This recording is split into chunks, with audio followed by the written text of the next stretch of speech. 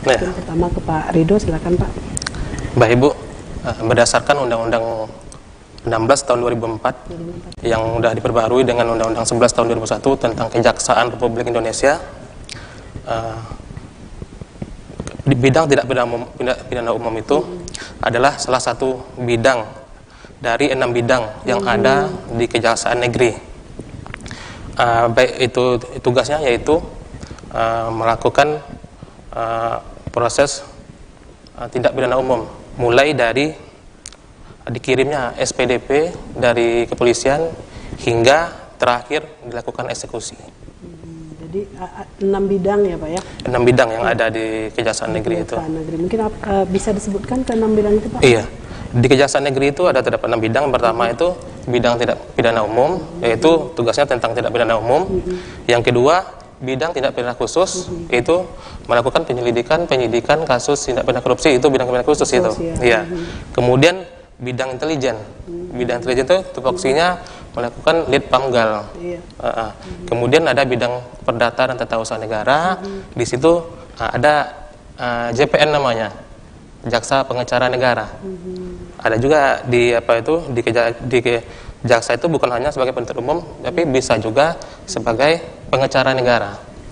Kemudian ada bidang barang bukti, itu pengelolaan barang bukti di bidang barang bukti. Selanjutnya bidang BIN, pembinaan, yang mengurus kantor ada bidang BIN itu. Jadi Bapak berdua ini adalah di bidang tindak? Iya, kami berdua ini di bidang tindak pidana umum. Oke. Mungkin kita ke Pak Randy. Mungkin tadi Pak Yurido menjelaskan bahwa kita adalah salah satu dari 6 bidang itu mungkin Pak ya. Jadi ada yang ditambahkan Pak, apa saja mungkin tugas dan fungsi dari bidang tindak pidana umum ini? Nah, mungkin kalau bisa kita kasih secara konkret itu Bu, tindak pidana umum ini kalau biasa kita lihat di persidangan itu kan jaksa nih. Nah, salah satu proses di persidangan itu ada di tindak pidana umum. Nah, maka saya tadi bilang Pak Ridho sudah menyampaikan juga, tidak hanya di proses persidangan, tapi kita juga melaksanakan penetapan hakim. Jadi ketika hakim memberikan suatu penetapan, di situ juga ranahnya di kejaksaan juga. Nah, makanya saya bilang tadi, salah satu umumnya masyarakat kan taunya jaksa itu sidang. Padahal kalau kita lihat tuh Bu, kejaksaan itu luas. Makanya dibilang tadi ada beberapa bidang yang salah satunya seperti yang kita lakukan, yaitu penyuluhan, penerangan hukum. Itu juga salah satu tupoksinya di kejaksaan, walaupun itu bukan di bidang pidana umum, tapi itu di bidang intelijen, berikan penerangan, penyuluhan hukum. Seperti itu Bu. Mungkin kalau kita lihat tahapan penyelesaian perkara di tindak pidana umum ini, mungkin bisa disebutkan tahapannya mungkin Pak ya, masyarakat bisa jelas mungkin Pak. Iya baik Bu. Itu kalau kita membahas mengenai tindak pidana umum itu, kita itu bagusnya biar lebih mengerti, kita itu bawakan ke kasus. Misalnya kasusnya, kasus yang simpel aja Bu ya. Adanya suatu pencurian. Di pencurian itu ada korban dan ada tersangka. Nah, jadi korban akan melaporkan ke polisi bahwa telah terjadi tindak pidana. Nah, di situ adanya laporan polisi. Setelah ada laporan polisi, polisi akan melakukan penyelidikan dan penyidikan. Kalau polisi sudah melakukan penyidikan, dia akan mengumpulkan barang-barang bukti di situ. Nah, jadi dia akan menyampaikan SPDP namanya ke kita, surat pemberitahuan dimulainya penyidikan. Nah, dari situ kita akan menelaah apakah bisa sudah memenuhi syarat formil materialnya. Nah, itu kemudian ditunjuk dari SPDP itu ditunjuk jaksa P16-nya. Jaksa P16 nanti penyidik akan melakukan penyidikan, dan nantinya ada namanya tahap 1. Tahap 1 itu berkas dari penyidik. Kalau udah ada melakukan penyidikan, dia akan berkas itu akan diserahkan tahap 1 ke kita. Nah, disitulah fungsi adanya jaksa peneliti. Jaksa peneliti ini akan meneliti berkas dari kepolisian ini. Dia kan tadi kasus pencurian kan. Kasus pencurian itu udah jadi berkas, nanti kita teliti apakah sudah memenuhi syarat formil dan materialnya. Kalau belum memenuhi syarat formil dan material, kita akan mengeluarkan P18 dan P19 untuk memberikan petunjuk di situ apa-apa aja yang kurang. Dilengkapi lagi sama penyidik. Kalau udah lengkap nanti kita lakukan P21 namanya. P21 di situ ada tahap 2, penyerahan tersangka dan barang bukti ke pengadilan. Nanti pengadilan mengeluarkan penetapan hari sidangnya sama penetapan penahanan untuk si terdakwa tadi itu. Nah, setelah keluar penetapan hari sidang sampai di hari sidang ditentukan, nanti kita akan melakukan sidang pertama. Sidang pertama itu biasanya dakwaan nanti ya nanti kita bentuk umum akan bacakan dakwaan di sidang pertama itu. Kemudian selanjutnya kalau ada eksepsi atau keberatan dari terdakwa ini, nanti di sidang selanjutnya akan dipersilakan untuk mengajukan eksepsi. Nah, setelah eksepsi nanti dari penuntut umum pun diberi kesempatan untuk menjawab eksepsi itu. Setelah kita menjawab eksepsi, nanti sidang berikutnya ada putusan sela. Apakah dakwaan tadi itu bisa diterima atau tidak? Setelah itu sidang selanjutnya kita menghadirkan alat bukti. Alat bukti saksi kita hadirkan di situ. Telah kita hadirkan saksi. Kalau kita mau menghadirkan ahli, bisa juga kita hadirkan ahli.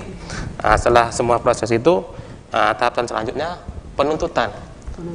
Disitulah kita melakukan penuntutan. Berapa tuntutan pidana yang akan kita jatuhkan kepada si terdakwa ini.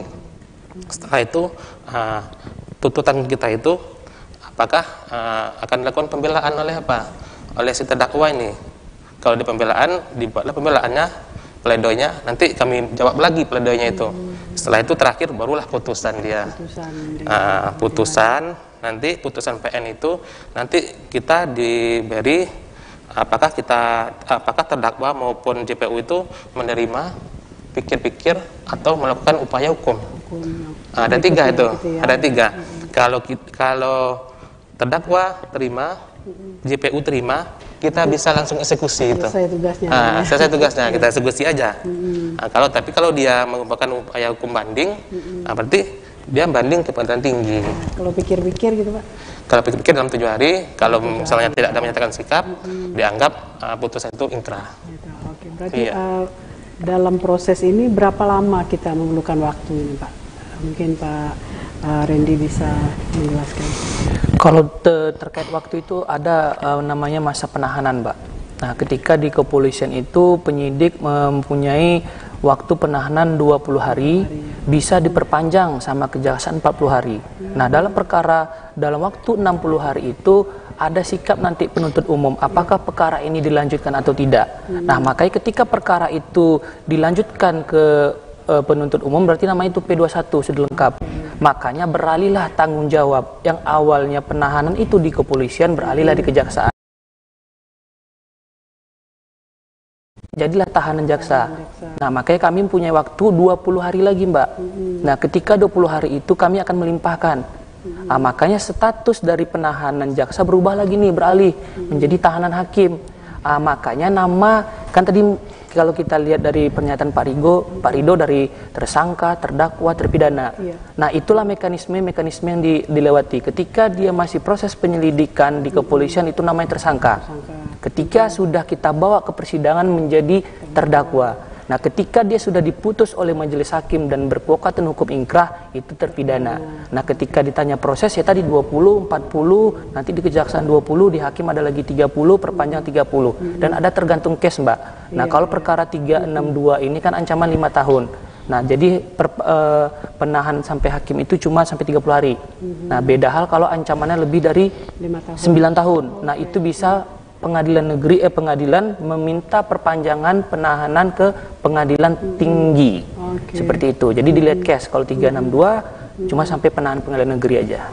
Seperti itu. Ada kita kenal istilah restoratif justice atau RJ gitu Pak ya. Mungkin bisa dijelaskan di sini misalnya bagaimana itu bisa terjadi, mungkin apa syarat dan bagaimana pelaksanaannya gitu Pak. Iya. Baik Ibu, itu istilah RJ itu pertama kali itu terbitnya Perja nomor 15 tahun 2020 bahwa RJ itu adalah suatu bentuk penyelesaian perkara tindak pidana umum di luar pengadilan. Yang titik utama yang harus dituju itu adalah mengembalikan dalam keadaan semula terhadap korban ini. Seperti itu. Berarti ini sebelum ke kejaksaan gitu Pak ya? Ya, ini proses untuk RJ ini dia itu setelah adanya tadi yang sampaikan tadi itu kan ada namanya P21 dilakukan tahap 2. Setelah tahap 2 itu selama kita melakukan penahanan selama 20 hari, disitulah kita memiliki kesempatan untuk melakukan RJ ini. Iya. Jadi waktu itulah diputuskan bisa RJ atau tidak gitu Pak. Disitulah prosesnya. Apakah keputusannya di kejaksaan atau di kepolisian atau bagaimana Pak? Keputusan ini kita kan RJ ini kita ada prosesnya dan ada pun syarat-syaratnya yang bisa dilakukan RJ. Nah, ada pun syarat-syaratnya yang bisa dilakukan RJ itu yang pertama itu ancaman hukumannya tidak lebih dari 5 tahun. Itu yang pertama ya. Yang kedua ini bukan pengulangan tindak pidana, bukan residivis dia. Kemudian dia kerugiannya itu tidak lebih dari 2.500.000. Iya, seperti itu syarat-syaratnya harus yang bisa dilakukan RJ. Tapi di sini yang RJ ini kita titik apanya itu adalah keadilan bagi korban ini. Tercapai nggak keadilan bagi untuk korban ini? Di situ benar apanya. sekali ya Pak, titik ininya apakah korban mencapai keadilan gitu. Kalau tiba-tiba RJ sedikit-sedikit RJ mungkin kasihan korbannya mungkin ya Pak ya. Mungkin Pak Randi ada yang ingin dijelaskan lagi dari itu. Jadi kalau kita berbicara RJ ini menarik sebetulnya Mbak. Menarik sekali. Nah, maka tadi ketika Mbak bertanya apakah RJ ini di kepolisian atau di kejaksaan. Nah, ketika kita berbicara RJ restoratif justice di kejaksaan sudah pasti jelas itu berada di kejaksaan. Ketika perkara itu sudah dinyatakan P21. Nah, maka saya bilang tadi ketika tanggung jawab tersangka itu beralih ke penuntut umum, ke kejaksaan, disitulah baru mulai kita proses restoratif justice. Nah, ada poin penting sebetulnya Mbak. Tidak hanya kalau dijelaskan tadi sama Pak Rido itu, kami ada mengacu di Perja nomor 15 tahun 2020 di pasal 5 ayat 1, ada 3 syarat yang harus dipenuhi. Tapi tidak 3 syarat itu tidak hanya cuma itu. Nah, yang harus kita perhatikan juga antara korban dan pelaku ini ada perdamaian. Percuma Mbak, 3 syarat itu terpenuhi tapi perdamaian itu nggak bisa RJ. Nah, tidak mau. Jadi tidak bisa juga RJ itu laksana. Nah, mungkin pernah juga jadi pertanyaan, apakah syarat-syarat itu harus dipenuhi semua? Itu bakal jadi pertanyaan baru nih. Nah, ada di pasal 5 ayat 2 juga itu pengecualian Mbak. Nah, sebagai contoh, apabila tidak pidana itu ancamannya 5 tahun, tapi nilai kerugiannya di atas 2,5 juta boleh. Nah, mungkin saya kasih case simple Pak. Ada perkara 362, dia mencuri handphone, di mana handphone itu nilai kerugiannya 3,5 juta. Nah, ketika kita melihat syarat pertama tadi di pasal 5 ayat 1 itu kan tidak terpenuhi. Tapi ada di pasal 5 ayat 2-nya itu pengecualian. Kita lihat juga case-nya Mbak. Tidak cuma hanya kita lihat tadi kerugian di atas 2,5 juta tapi korban memaafkan tidak. Nah, ketika korban memaafkan, disitulah peran jaksa di situ cuma sebagai fasilitator. Kami bukan seorang yang ayolah damai, ayo damai, enggak. Tidak ada. Jadi tidak ada. Jadi keinginan bagaimana tersangka sama korban kita hadirkan, penyidik juga kita hadirkan, tokoh masyarakat juga kita hadirkan. Nah, ketika kita berbicara di RJ pun pribadi saya juga sudah pernah mengalami 2 kali melakukan RJ di Kejari Pekanbaru, gitu. Mungkin kita tidak ingin korban merasa tertekan gitu. Karena terkait RJ ini kan memang keikhlasan, kesukarelaan. Nah, jangan sampai nanti korban merasa ini Pak Jaksanya jangan-jangan sama tersangka nih. Nah, makanya kami cuma gitu ya, fasilitasi. Kalau mau silakan berdamai, kita kasih tempat dan waktu, dan kita ada batas waktu Mbak. Berapa lama itu biasanya? Di peraturan kami itu wajib 14 hari itu perkara udah selesai. Kenapa mungkin pertanyaan kenapa 14 hari? Karena penahanan di kejaksaan itu cuma ada sampai 20 hari. Nah, ketika nanti melebihi 21 hari, ketika kita melimpahkan pengadilan bakal menolak. Karena tahanan sudah lewat. Nah, seperti itu. Ini ada batas waktunya gitu Pak ya. Jadi Pak Rido menyebutkan bahwa RJ ini dari tahun 2020 ya Pak? Iya, 2020. Sudah 2 tahun lah pelaksanaannya gitu Pak ya. Mungkin dari 2 tahun pelaksanaan ini bagaimana respon masyarakat terhadap ini Pak RJ ini Pak, restoratif justice ini? Kalau terkait respon, ini pribadi Mbak, ini pengalaman saya. Mungkin kalau saya cerita mungkin inilah. Jujur saya pertama RJ di tahun 2021 ada case pencurian Mbak. Jadi dia mencuri handphone, tujuannya mau dia jual untuk membayar hutang di kampung. Itu di Polsek Payung Sekaki itu, saya masih ingat Polsek Payung Sekaki. Korban yang bilang, Pak, saya sebetulnya udah memaafkan, sudah ikhlas. Saya tahu si teman saya ini, temannya pula yang mencuri. teman, ya? jadi dia sama-sama kerja di toko, tidur bareng, nampak handphone, langsunglah diambil. Memang harga handphone itu merek tertentu, nggak sampai 2,5 juta. Nah di situ kita mediasi. Nah, dan di situ juga dari pimpinan arahkan, silakan kalian RJ, yang penting kalian RJ sesuai dengan SOP. Kalian RJ kan tidak ada kepentingan baik dari korban maupun tersangka. Dan yang saya apresiasi juga, pimpinan saat itu dengan sukarela memberikan uang untuk ongkos pulang kampung kepada korban. Makanya pada saat korban pada si tersangka, pada saat tersangka diberi uang untuk pulang kampung, ketimbang kamu di sini tidak ada kerjaan ini, dikasihlah ongkos dia balik ke Sumut. Itu dikasih ongkos bis 250, dan respon masyarakat ya bersyukur dia. Karena memang untuk memudahkan ya, tidak begitu banyak kasus, tapi untuk kasus-kasus yang ringan gitu ya. Dan korban pun juga berdampak langsung, Mbak. Ketika kita proses persidangan kan handphonenya itu bakal jadi barang bukti. Betul. Nah, ketika nggak bisa dipakai ya. Tak bisa dipakai. Tunggu dia putus dulu. Tapi ketika kalau RJ ini ya perkara selesai, handphone sudah bisa digunakan lagi, seperti itu. Misalnya untuk RJ ini misalnya nanti tersangka harus mengganti kerugian ya akibat dari perbuatannya. Jadi Mbak, nanti di proses mekanisme RJ itu antara tersangka dan korban tuh kita dudukkan.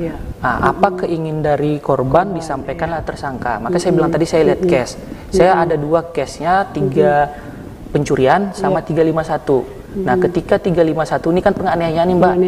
Nggak mungkin kita pulihkan dia. Betul. Nah, tapi yang bisa psikologis juga yang bisa kita lakukan ibaratnya uang berobatkah atau uang santunankah, tapi ketika dalam bentuk pencurian ya kita ganti rugi. Ketika handphonenya yang hilang handphone A kita ganti. Tapi kalau memang si korbannya ikhlas untuk tidak mengganti, ya tergantung lagi ke dua belah pihak. Kesepakatan damainya gitu ya. Jadi banyak sekali kasus-kasus menarik. Mungkin Pak Ridho ada yang menambahkan? Iya, sebenarnya ini restoratif justice ini kan semangat untuk terbentuknya restoratif justice ini. Awal itu seperti hal-halnya seperti contoh kasus saja, kasus Ibu Minah. Masih ingat kan Ibu Minah yang mencuri kakao? Seperti itulah banyak Bu Minah yang lain di Indonesia ini yang mungkin dia itu karena mencuri itu karena kebutuhan ekonomi desa, atau misalnya ada ibunya sakit, anaknya terpaksa mencuri. Seperti itulah, keadilan seperti itu yang ingin kita capai di situ. Iya, betul.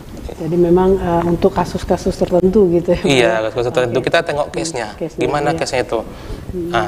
Si tersangka ini melakukan suatu tindak pidana itu apa sebab dia melakukan di situ. Nggak semua misalnya kita memenuhi syarat misalnya, tapi dia melakukan tindak pidana itu misalnya untuk melakukan perjudian atau apa, kita tengok dari situ, kita simpati, kita menengok hal seperti itu. Tapi yang kita sasar di sini adalah yaitu masyarakat kecil. Masyarakat kecil ini terkadang seorang ibu yang tidak ada biaya untuk membeli susu, yang terpaksa dia mencuri di minimarket, mencuri susu. Seperti itulah yang kita sasar untuk melakukan RJ ini. Oke, baik. Melihat masyarakat melakukan RJ ini, ada penegak hukum lain yang sama punya konsep RJ juga. Jadi mungkin apakah konsep tersebut sama dengan RJ yang diterapkan oleh kejaksaan gitu Pak? Jadi kan tidak hanya kejaksaan gitu Pak, ada mungkin yang lainnya juga sebagai penegak hukum yang lain gitu Pak. Mungkin kita ingin melihat kesamaan gitu. Mungkin bisa saya jawab Mbak, ketika RJ mungkin di instansi kepolisian juga ada RJ, tapi terkait mekanisme RJ di kepolisian pasti berbeda sama di kejaksaan Mbak. Karena kenapa? Proses RJ di kepolisian itu kan masih proses penyelidikan dan penyidikan. Nah, tapi terkait mekanismenya itu pun saya juga tidak terlalu mendalami. Nah, tapi kalau konsepnya pasti berbeda. Nah, karena ketika di kejaksaan saya bilang tadi, perkara itu sudah dinyatakan lengkap. Nah, alat bukti terpenuh semuanya. Nah, disitulah mekanisme RJ-nya bisa kita lakukan. Baik. masalah RJ ini menarik sekali sebenarnya Pak ya. Iya. Mungkin untuk di Riau sendiri mungkin nanti kita bisa seperti memetakan lah mungkin bagaimana pelaksanaan RJ ini, tapi kita akan bahas setelah iklan, kita akan berbincang lagi. Baiklah saudara, tetaplah bersama kami dalam program Tanya Jaksa pada malam hari ini. Masalah restoratif justice ini akan kami bahas selanjutnya, bagaimana kita memetakan, mungkin melihat di Pekanbaru sendiri kasus per kasus. Kami akan kembali untuk Anda sesaat lagi setelah pariwara berikut ini.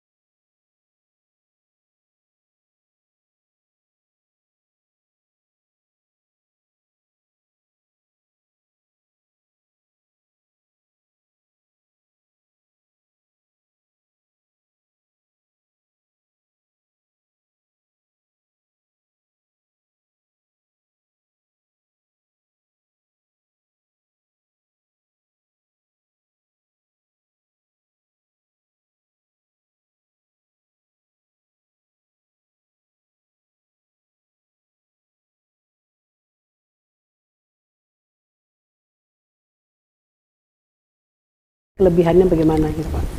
Baik Mbak, untuk kelebihan restoratif justice itu tentu banyak sekali kelebihannya. Ya, namanya penyelesaian perkara tindak pidana melalui di luar pengadilan. Di luar pengadilan kan. Yang pertama itu yang pasti adanya terciptanya keadilan. Keadilan baik itu bagi korban maupun tersangka. Nah, kita ditemukan di situ adanya perdamaian, adanya kata maaf dari tersangka kepada korban. Itulah yang diharapkan oleh korban itu, kata maaf dari tersangka itu. Iya, yang kedua untuk mengantisipasi over kapasitas di rutan, di LP. Nah, untuk kita ambil contoh saja Mbak ya, di rutan Pekanbaru, rutan Selabungku, itu sekarang ini jumlah tahanan yang ada di rutan Selabungku itu berjumlah hampir 2.000 tahanan. Sementara kapasitasnya cuma 561 orang saja. 4 kali lipat. Itu gimana tuh Pak? Mereka tidur 4 kali lipat dari kapasitasnya. Kita bayangkan, harusnya 561 tapi diisi oleh hampir 2.000 orang. Gimana cara dia tidur di sana nggak tahu kita seperti apa kan. Nah itulah belum biaya operasional. Yang ketiga itu Bu, untuk menghemat APBN. Untuk biaya makan dan minum tahanan aja di Indonesia ini hampir 2 triliun untuk makan dan minum tahanan itu per tahun. Berapa APBN yang harus dikucurkan untuk makan minum tahanan ini. Nah itu adalah 3 manfaatnya dari dari RJ ini. Iya. Oke, baik. Mungkin Pak Randy silahkan ingin menambahkan. Tambahnya mungkin ini Mbak, efisiensi waktu. Nah, betul. Waktu sangat itu. Nah, ketika kita bilang tadi waktu kan saya bilang Mbak cuma 14 hari perkara udah selesai di kejaksaan. Tapi ketika kalau RJ ini tidak berhasil masuk ke proses persidangan, udah dijelaskan tadi, baik dari awal sidang dakwaan sampai putusan. Nah, ketika putus pun belum tentu berkekuatan hukum, Mbak. Bisa juga dia upaya hukum. Nah, baik banding, kasasi, banyak lagi. Nah, itulah efisiensi waktu juga sangat ini. Dan tambahan satu lagi, Mbak, ada juga manfaatnya. Ini kan udah over nih kapasitas. Ini kalau COVID tidak ada nih Mbak, ketika perkara ini udah P21 tuh biasa tahanan langsung masuk nih Mbak. Iya betul. Nah tapi sekarang karena kita masih kondisi COVID, adalah MOU kita sama pengadilan Kemenkumham itu cuma tahanan yang sudah A3. Ibaratnya ketika udah masuk proses persidangan barulah boleh kita pindahkan ke rutan. Nah, jadi kalau prosesnya masih di kejaksaan, di kepolisian, masih kita titip di polsek-polsek ataupun di Polres. Seperti itu. Keterbatasan itu yang tadi saya bilang over kapasitas di sana. Kita ada mendengar istilah rumah RJ gitu Pak ya? Ya, rumah RJ. Oke. Mungkin Pak Ridho silakan. Ya, rumah RJ itu sebagaimana instruksi dari Jaksa Agung, setiap Kejaksaan Negeri harus mempunyai rumah RJ. Iya, jadi Kejaksaan Negeri Pekanbaru kita sudah punya sendiri.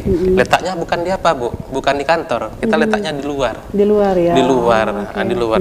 Kalau kita ambil contoh Bu, untuk di Jawa Timur itu, Jawa Timur hampir di semua desa, ada berapa desa? Nggak salah itu ada 30 desa mempunyai rumah RJ. Satu kabupaten. Setiap desa satu kabupaten. Iya. Nah, jadi setiap perkara-perkara yang kecil itu nggak perlu kita naik ke persidangan. Nah, bisa diselesaikan aja di desa situ. Ada rumah-rumah RJ di situ. Gitu ya, Pak, tokoh adat ya. Iya, di situ butuh ada tokoh masyarakat. Di situ kita sebagai jaksa, sebagai fasilitator, di situlah fungsi kita itu untuk mendamaikannya. Untuk di Pekanbaru sendiri. Ya, untuk Pekanbaru sendiri udah cuma satu kita punya. Satu ya. Iya. Di situ kita melaksanakan RJ-nya. Oke, baik, mungkin Pak Randy silakan. Nah, kalau rumah RJ kita nih Mbak posisinya berada di Kecamatan Bukit Raya. Bukit Raya. Nah, itu rumah RJ di Kejaksaan Negeri Pekanbaru itu sudah di launching di tahun ini juga. Nah, jadi Mbak setiap apapun perkara itu dilakukan RJ atau mediasi atau apalah namanya di antara korban sama tersangka itu nanti di sana. Nah, tidak lagi di kantor. Nah, di situ juga udah pernah diresmikan juga, udah juga di launching lah. Nah, di rumah RJ itu di posisinya pas di depan kantor camatnya, posisi sebelah kiri. Nah, nanti itu udah terpampang juga rumah restoratif Kejaksaan Negeri Pekanbaru di sana. Bagaimana kita mungkin Pak menggandeng pihak-pihak adat, misalnya tokoh masyarakat untuk mensosialisasikan RJ ini mungkin Pak kepada masyarakat. Jadi Mbak, ketika sebelum rumah RJ ini kita launching, kita udah ada namanya penyuluhan dan pernah bekerja sama juga sama Camat Bukit Raya juga mengundang tokoh-tokoh yang ada di wilayah kecamatan. Nah, kita akan meresmikan rumah RJ. Kita akan menjelaskan filosofinya apa, RJ ini apa sih sebetulnya. Nah, jadi ya ketika rumah itu sudah ada, tokoh masyarakat pun juga udah tahu. Nah, dan memang kami sendiri Kejaksaan Negeri Pekanbaru untuk melakukan RJ memang melibatkan tokoh masyarakat, RT setempat, RW setempat, seperti itu. Susah tidak Pak kita misalnya untuk menerapkan RJ ini, misalnya kasus per kasusnya gitu, ada kesulitan atau tidak kita gitu? Kalau untuk permasalahan yang ada atau tidak itu nggak bisa dibilang ada dan nggak bisa juga bilang tidak. Balik lagi ke case Mbak. Ke case-nya ya. Nah, makanya saya bilang saya 2 kali melakukan RJ, insya Allah tidak ada kendala, lancar. Baik dari tokoh masyarakat, dari RT-nya setempat maupun korban tidak ada masalah. Seperti itu.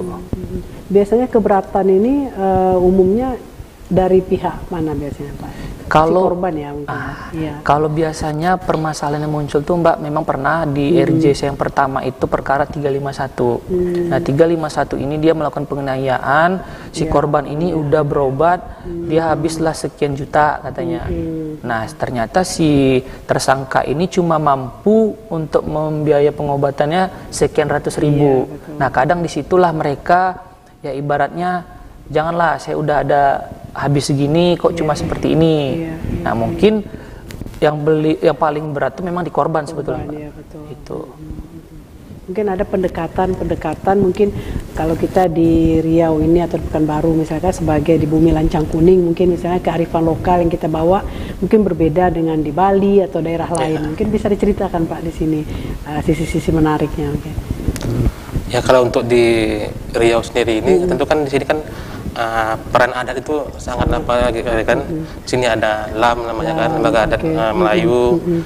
Di situ kita bisa menggandeng dia juga, menggandeng LAM juga untuk mengupayakan perdamaian antara korban dan tersangka ini. Kadang-kadang kan antara tersangka dengan korban ini dia itu sama-sama keras, sama-sama keras. Nanti kalau seandainya ada yang dirasa yang dianggap tua atau disegani, yang bisa masuk sama orang itu, kadang bisa juga lewat itu. Atau tokoh agama pun bisa juga ngasih apa. Berarti pendekatannya berbeda menurut daerah masing-masing mungkin gitu Pak ya. Tapi intinya terhadap restoratif justice ini adalah kembalinya pemulihan itu, pemulihan terhadap korban ini. Ada tidak Pak misalnya kita melihat kasus itu setelah dilakukan RJ tapi korbannya menyesal atau apa gitu, ada nggak kasus-kasus seperti itu Pak? Misalnya korbannya merasa menyesal telah melakukan perdamaian dan sebagainya gitu. Kalau kita melihat kasus per kasus gitu Pak ya. Kalau kita membahas seperti itu, kalau untuk Pekanbaru belum ada. Setiap semua penyelesaian melalui RJ itu tidak ada masalah di belakangnya. Sudah selesai RJ di kita, sudah selesai masalah itu. Udah maafkan. Di situ ya ada maafkan. Kalau seandainya perkara itu lanjut nanti si tersangka ini dijatuhi hukuman lah kan. Dijatuhi hukuman. Nah, di situ antara si tersangka dengan korban ini tidak akan timbul rasa memaafkan di situ. Akan ada rasa dendam baik dari si korban maupun dari tersangka. Nah, itulah kalau ada RJ ini, tersangka meminta maaf, seterusnya dari hatinya, si korban memaafkan, itulah yang dituju itu. Tidak ada kasus misalnya setelah saling memaafkan tapi terjadi lagi kejahatan serupa gitu Pak, karena penyelesaiannya setelah melewati RJ misalnya terjadi kejahatan yang sama misalnya untuk penganiayaan atau pencurian gitu. Iya Bu, oke Bu. Untuk RJ itu makanya di kejaksaan ini begitu selektif untuk memberikan RJ itu, nggak gampang-gampang aja. Gitu ya, makanya kita dikontrol langsung dari Jampidum. Jadi kita ini bukan hanya kita damai di sini, kita maafkan, nggak gitu aja, tapi kita ada prosesnya. Kita harus ekspos dulu sama Jampidum, bisa nggak ini bisa dilakukan RJ atau tidak. Di situ kontrol pimpinan di sini. Itu langsung dari Jakarta mungkin Pak ya? Iya, jadi kita di Kejaksaan ini tidak mengejar kuantitas, tapi kualitasnya ya, ini. Betul, nah itu yang penting Pak ya. Kualitasnya itu keadilan bagi korban itu tercapai nggak di situ lah. Jadi tidak sembarang aja gitu Pak ya, kita ekspos dulu ke Japidum gitu ya. Iya. Kalau Japidum sudah meng-ACC baru kita lakukan proses berikutnya gitu ya Pak ya. Oke, baik. Ke Pak Randy, mungkin apa harapannya terhadap masyarakat itu Pak dari restoratif justice ini? Harapannya ya kalau bisa masyarakat untuk walaupun perekonomian kita lagi ini apapun itu ya kalau bisa janganlah melakukan tindak pidana seperti itu. Karena kita pun bagaimanapun kalau saya punya selalu pesan sebagai saya kan seorang anak, kalau tidak bisa ngebanggakan orang tua jangan pernah bikin orang tua susah. Itu aja. Nah, jadi pesannya ya bagi siapapun hindarilah tindak pidana, baik itu tindak pidana pencurian kah, narkotika kah atau apapun lah itu namanya. Seperti itu. Saya tambahkan, ada pengharapan dari kita, mudah-mudahan semakin banyak RJ ini di Pekanbaru. Kenapa seperti itu? Supaya keadilan itu memang tercapai di situ, Pak. Oke, baik. Untuk si terdakwa dan korban, jadi jangan mengedepankan egonya. Mengedepankan egonya. Baik, kita di Kejaksaan sendiri ada melakukan seperti sosialisasi mungkin Pak ya, mungkin ke kampus-kampus atau ke LSF tentang RJ ini Pak. Iya, kita di Kejaksaan itu ada namanya bidang intelijen. Bidang intelijennya sebagaimana yang disampaikan Pak Randy tadi, inilah bidang yang melakukan penyuluhan hukum. Dia ada programnya ini, ada program jaksa masuk sekolah, ada dia masih penyuluhan hukum di kantor-kantor lurah, kantor camat, nanti diundang lah nanti di situ. Kita sampaikanlah apa RJ ini di situ. Di JMS pun jaksa masuk sekolah pun kita sampaikan kepada guru-guru dan murid-murid apa yang disebut dengan RJ itu. Itu kita cara melakukan sosialisasinya, Mbak. Iya, karena tidak semua masyarakat kan mengerti gitu RJ gitu ya, Pak ya. Oke. Mungkin apalagi dia baru 2 tahun ini ya di istilahnya diluncurkan lah istilahnya gitu Pak ya untuk berbagai pertimbangan gitu ya. Oke, mungkin Pak Randy ingin menambahkan? Ya, menambahkan palingan ini Mbak. Nah, ini kan RJ ini ibaratnya baru 2 tahun. Tidak hanya masyarakat umum yang sebetulnya juga bertanya-tanya. Nah, banyak juga mahasiswa, makanya saya bilang tadi, barulah berapa minggu yang lalu pun kita juga diundang untuk mengisi seminar hukum di salah satu universitas swasta di Riau untuk terkait ini juga, dan banyak juga setelah kita memberikan penyuluhan mereka berdiskusi, Pak saya kayaknya menarik nih pengen mengangkat ini menjadi skripsi saya.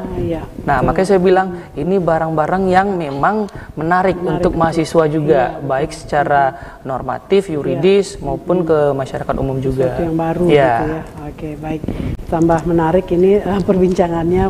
Kita juga sudah katakanlah menggandeng semua lapisan masyarakat gitu ya. Mungkin kita bisa lanjutkan diskusi kita setelah pariwara berikut ini.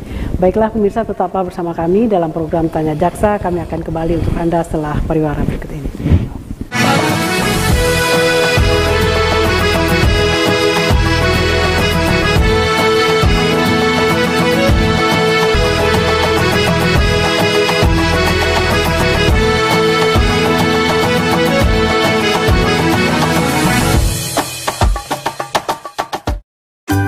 Ayo tonton Riau TV. Kini bisa ditonton di seluruh provinsi Riau dengan menggunakan antena parabola mini, Min Media atau TV kabel di masing-masing daerah. Juga bisa dengan menggunakan handphone Anda dimanapun berada di Indonesia.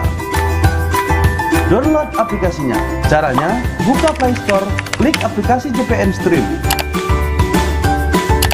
lalu klik Riau TV,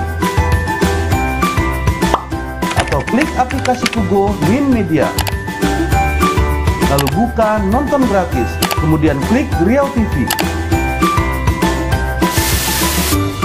Juga dapat dilihat di media sosial. Segera promosikan bisnis dan usaha Anda dalam program-program unggulan yang kami miliki.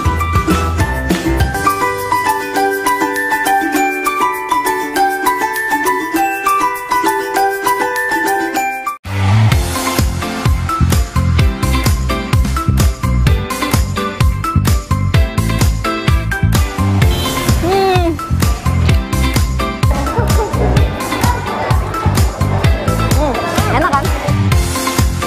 Terus juga ada manis-manisnya. Si wafelnya ini masih hangat. Terus ditambah sama es krimnya yang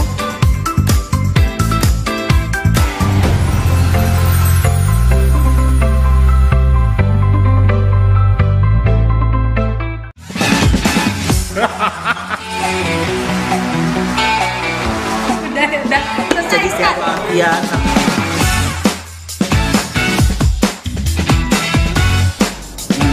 Ini sering tidak Bapak ini nyata karena ini bukan mimpi.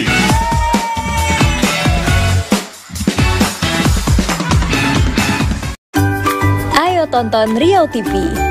Mulai tanggal 2 November 2022, Riau TV sudah beralih menjadi TV digital dan dapat ditonton pada channel 45. Kini bisa ditonton di seluruh Provinsi Riau dengan menggunakan antena parabola mini, Min Media, atau TV kabel di masing-masing daerah. Juga bisa dengan menggunakan HP Anda dimanapun berada di Indonesia. Download aplikasinya, caranya buka Play Store, klik aplikasi JPM Stream. Lalu klik Riau TV, atau klik aplikasi Kugonin Media. Lalu buka nonton gratis, kemudian klik Riau TV. Juga dapat dilihat di media sosial. Segera promosikan bisnis dan usaha Anda dalam program-program unggulan yang kami miliki.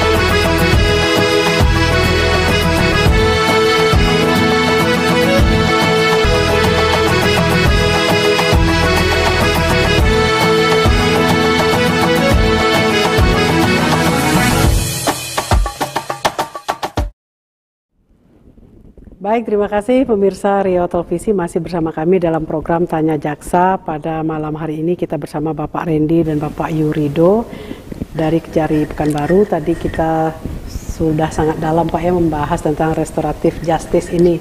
Mungkin apa saja kasus yang tidak bisa dilakukan restoratif justice ini Pak? Mungkin Pak, siapa duluan Pak?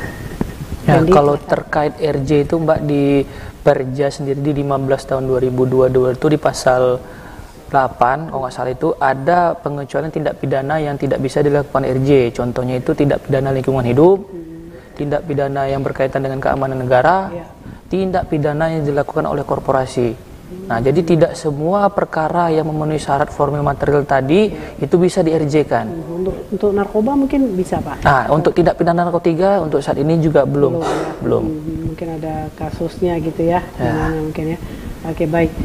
Pak Yurido silakan. Mungkin gini Pak ya, sebelumnya Bapak kan bertugas tidak hanya di Pekanbaru gitu ya, mungkin sebelumnya di daerah lain. Nah, walaupun misalnya waktu itu belum ada RJ gitu, mungkin ada pengalaman yang berbeda lah dirasakan ketika bertugas di daerah lain dengan di Pekanbaru. Mungkin bisa diceritakan di sini Pak. Iya, terima kasih Mbak. Saya di Pekanbaru ini udah 1,5 tahun. 1,5 tahun. Sebelumnya saya berdinas di Provinsi Bengkulu. Tepatnya di Kabupaten Mukomuko namanya. Mukomuko arah pesisir sana, Bu. Iya, betul. Jadi saya di sana itu 3,5 tahun. Lama juga ya, Pak? Iya, 3,5 tahun saya di Mukomuko. Saya di Mukomuko itu di bidang tindak pidana khusus. Tapi di Pidum juga. Karena di Kejari Mukomuko itu jaksanya sedikit cuman. Jadi nggak pidana khusus saja, tapi Pidum kita tetap lakukan. Kalau untuk di Mukomuko itu menarik juga. Di sana di Mukomuko itu pada saat saya masih di Kejari Mukomuko telah banyak dilakukan RJ. Banyak dilakukan RJ di situ. Di Mukomuko itu peran orang yang adat itu, peran adat itu sangat menonjol di sana. Iya, masih menonjol di sana. Jadi orang masyarakat sana itu mendengarkan orang tua-tua di sana. Kalau orang tua-tua sana ikut mendamaikan, orang di sana itu mau dia. Di Mukomuko itu dia karena dia dulunya itu adalah daerah Minangkabau. Jadi di sana itu adat-adat Minang itu masih kental di sana. Iya, ada mamak juga di sana dia. Ada tokoh adat. Ada tokoh adat. Iya. Baik, kalau Pak Randy sendiri gimana Pak? Mungkin cerita berbagi pengalaman. Kalau saya dinas di Pekanbaru udah 2 tahunan, Mbak. Nah, sebelum di Pekanbaru saya masih di Riau, di Kejaksaan Negeri Siak, masih di Riau. Nah, mungkin saya di Siak 2 tahun. Nah, sebelum di Siak mungkin saya lebih mundur lagi nih. Saya dulu pernah dinas di Provinsi Aceh. Nah, tepatnya di Kejaksaan Negeri Aceh Jaya. Nah, makanya memang waktu saya masih dinas di Aceh, RJ ini belum ada. Nah, tapi ketika RJ ini sudah ada, menarik nih Mbak, karena di Aceh pun sendiri mereka ada hukum jinayat namanya. Hukum jinayat, hukum cambuk. Dan saya pernah sekali ikut mengeksekusi perkara maisir. Maisir ini judi. Nah, itu mereka sistemnya 15 kali cambuk. 15 kali cambuk itu sama dengan 15 bulan. Gitu. Nah, makanya ketika RJ juga menarik nih, ketika RJ terkait di jinayat, dikaitkan sama jinayat di Aceh bagaimana? Bisa nggak Pak itu? Nah, itu yang saya belum tahu, Mbak.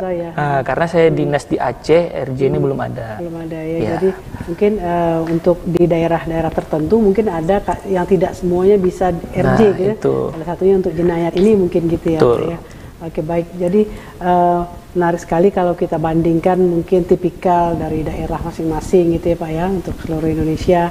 Bagaimana mungkin kita melihat katakanlah keunikan masing-masing daerah untuk menerapkan RJ ini. Di Kejari sendiri pernah nggak kita misalnya mendiskusikan hal itu mungkin Pak?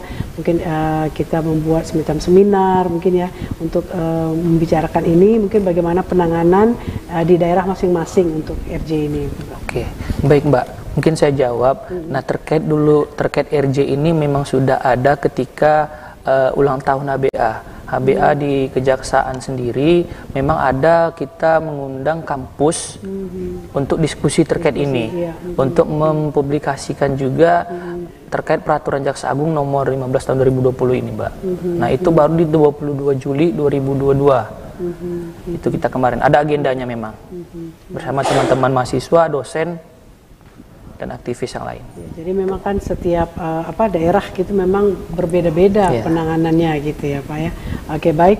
Mungkin sebelum kita tutup dialog kita pada malam hari ini, mungkin ada seperti closing statement lah, mungkin apa yang belum disampaikan silahkan disampaikan di sini mungkin Pak, baik itu harapan ataupun mungkin bagaimana himbauan kepada masyarakat gitu ya, walaupun tadi sudah disinggung gitu Pak ya, masyarakat mungkin untuk lebih bisa, tadi Pak Randy mengatakan bahwa sebagai orang anak mungkin kita gitu ya, walaupun ekonomi sulit tidak melakukan kejahatan-kejahatan gitu, mungkin di hal lain mungkin silakan Pak. Yang terakhir mungkin saya cuma harapan bagi masyarakat Kota Pekanbaru khususnya, tidak perlu sungkan, tidak perlu takut, tidak perlu apapun lah namanya.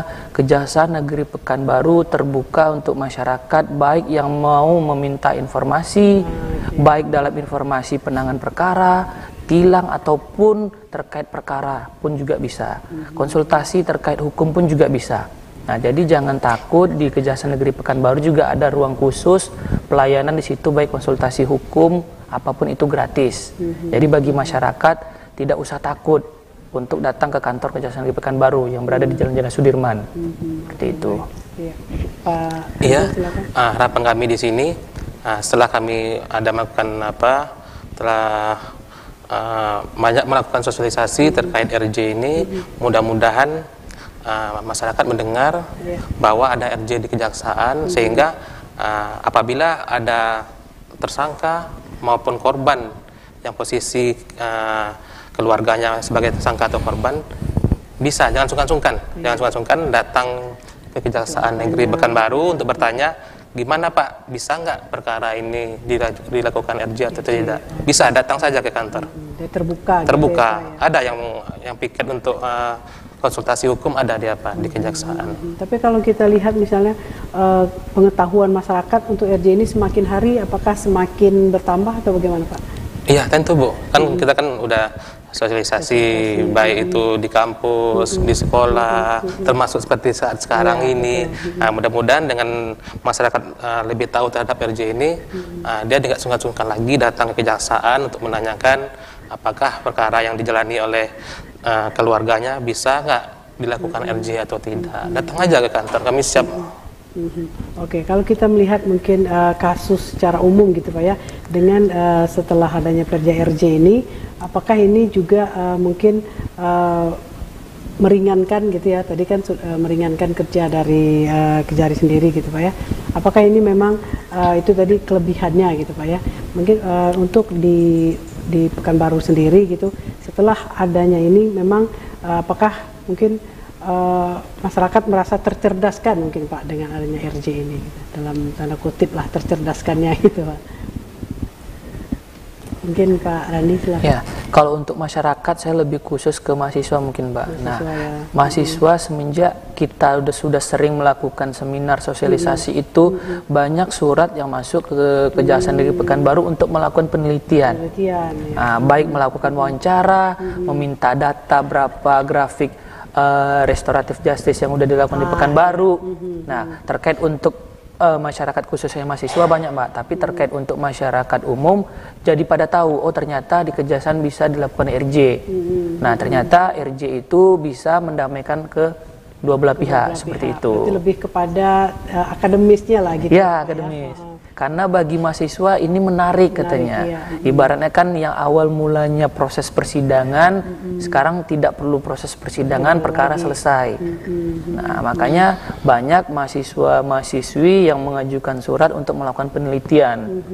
Itu baik secara normatif, yuridis. Jadi Kejaksaan sendiri juga, Kejari sendiri juga membuka diri ya kalau untuk adanya mungkin mahasiswa ataupun LSM yang ingin melakukan penelitian atau riset gitu ya Pak ya? Ya, ada Mbak contoh sendiri, balik lagi karena saya di tidak pidana umum, memang di ranahnya kami. Jadi mahasiswa itu ada satu mahasiswa yang lagi saya pegang, dia lagi nyusun skripsi terkait RJ sendiri. Nah, jadi memang kemarin dia sudah melakukan wawancara, sudah juga memintakan data grafik dari tahun 2020, 2021 sampai 2022 yang berjalan ini, apakah grafiknya menaik, apakah menurun, kendalanya apa.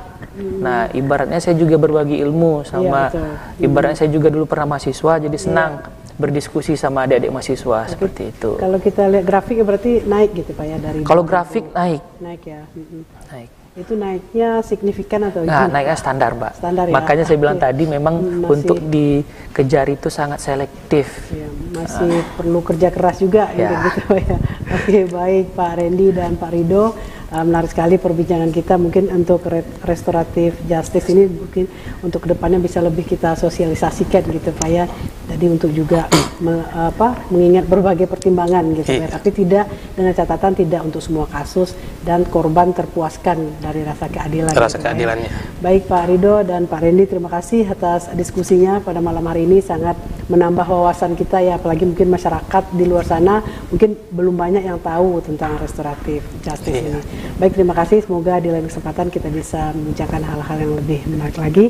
Baiklah saudara, terima kasih telah bersama kami dalam program Tanya Jaksa pada malam hari ini. Semoga apa yang telah kami perbincangkan untuk Anda bisa bermanfaat, dan kita berharap tentu restoratif justice ini bisa lebih tersosialisasi ke masyarakat gitu ya, dengan berbagai pertimbangan kelebihan yang telah kita diskusikan tadi. Terima kasih atas kebersamaan Anda. Assalamualaikum warahmatullahi wabarakatuh. Sampai jumpa. Selamat malam.